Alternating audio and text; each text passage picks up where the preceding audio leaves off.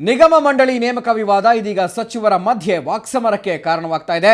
ನಿನ್ನೆಯಷ್ಟೇ ಸಿಎಂ ಸಿದ್ದರಾಮಯ್ಯ ಅವರಿಗಿಂತ ಕಾಂಗ್ರೆಸ್ನಲ್ಲಿ ತಾವೇ ಸೀನಿಯರ್ ಅಂತ ವಸತಿ ಸಚಿವ ಅಂಬರೀಶ್ ಹೇಳಿದ್ರು.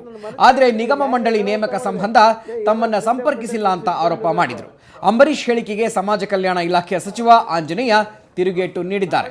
ಕಾಂಗ್ರೆಸ್ನಲ್ಲಿ ಸೀನಿಯರ್ ಜೂನಿಯರ್ ಎಂಬ ಕಟ್ಟುಪಾಡುಗಳಿಲ್ಲ, ಎಲ್ಲರೂ ಕಾಂಗ್ರೆಸ್ಸಿಗರೇ, ಸಚಿವ ಅಂಬರೀಶ್ ಕೂಡ ನಮ್ಮ ನಾಯಕರೇ, ಎಲ್ಲರೊಂದಿಗೆ ಚರ್ಚಿಸಿಯೇ ನಿಗಮ ಮಂಡಳಿಗೆ ನೇಮಕ ಮಾಡಲಾಗಿದೆ ಅಂತ ಆಂಜನೇಯ ತಿರುಗೇಟು ನೀಡಿದರು.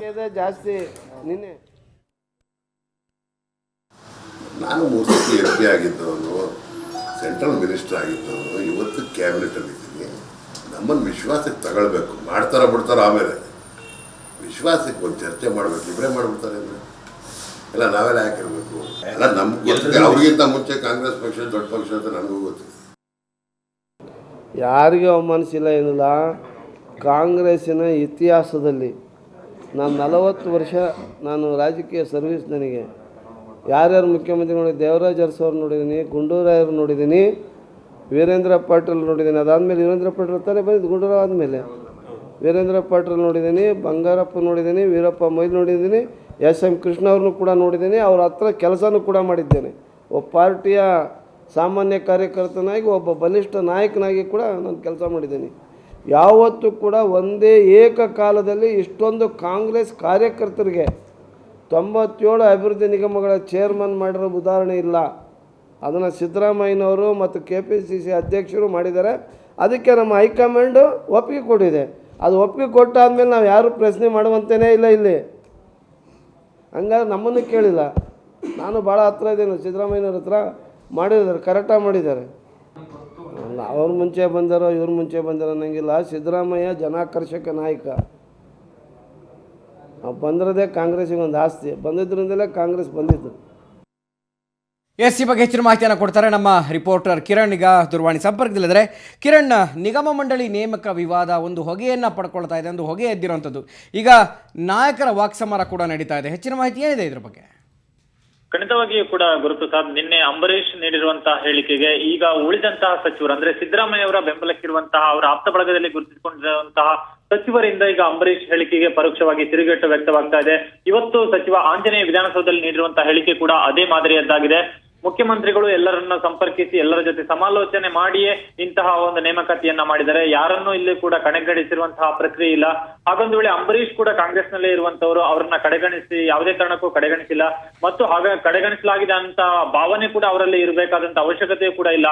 ಯಾಕೆಂದ್ರೆ ಮುಖ್ಯಮಂತ್ರಿ ಸಿದ್ದರಾಮಯ್ಯ ಅವರು ತೆಗೆದುಕೊಂಡಿರುವಂತಹ ನಿರ್ಧಾರ ಏನಿದೆ, ಈ ಹಿಂದೆ ಇದ್ದಂತಹ ಯಾವುದೇ ಕಾಂಗ್ರೆಸ್ ಮುಖ್ಯಮಂತ್ರಿಗಳು ತೆಗೆದುಕೊಳ್ಳದಂತಹ ಒಂದು ದೃಢವಾದ ನಿರ್ಧಾರವನ್ನು ತೆಗೆದುಕೊಂಡಿದ್ದಾರೆ.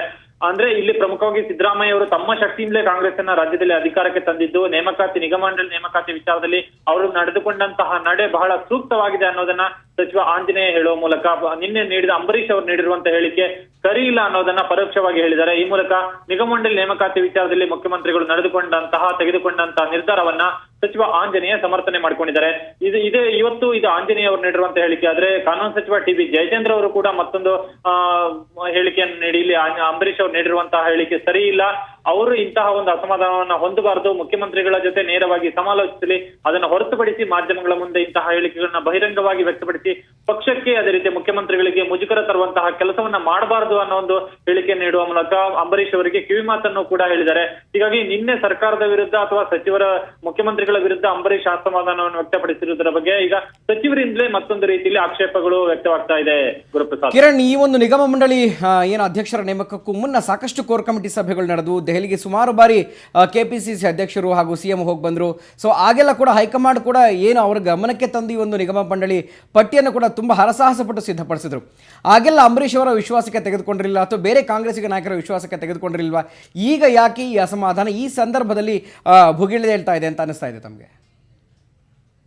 ಗುರುಪ್ರಸಾದ್, ಈಗ ಈ ಹೊರಬರ್ತಿರುವಂತಹ ಸಚಿವರುಗಳ ಅಥವಾ ಅಸಮಾಧಾನಗಳೇನಿದೆ, ಇದೆಲ್ಲವೂ ಕೂಡ ಒನ್ ಪಾಯಿಂಟ್ ಅಜೆಂಡಾ. ಏನಂದ್ರೆ ಇಲ್ಲಿ ತಮ್ಮ ಬೆಂಬಲಿಗರಿಗೆ ಅವಕಾಶ ಸಿಕ್ಕಿಲ್ಲ, ತಮ್ಮ ಬೆಂಬಲಿಗರಿಗೆ ತಾವು ನಾಮನಿರ್ದೇಶನ ಮಾಡಿದವರು ಅಥವಾ ತಾವು ಶಿಫಾರಸು ಮಾಡಿದವರಿಗೆ ಯಾವುದೇ ಕಾರಣದಲ್ಲಿ ಸ್ಥಾನವನ್ನ ಕೊಡ್ಲಾಗಿಲ್ಲ ಅನ್ನೋ ಒಂದು ಅಸಮಾಧಾನ ಇದೆ.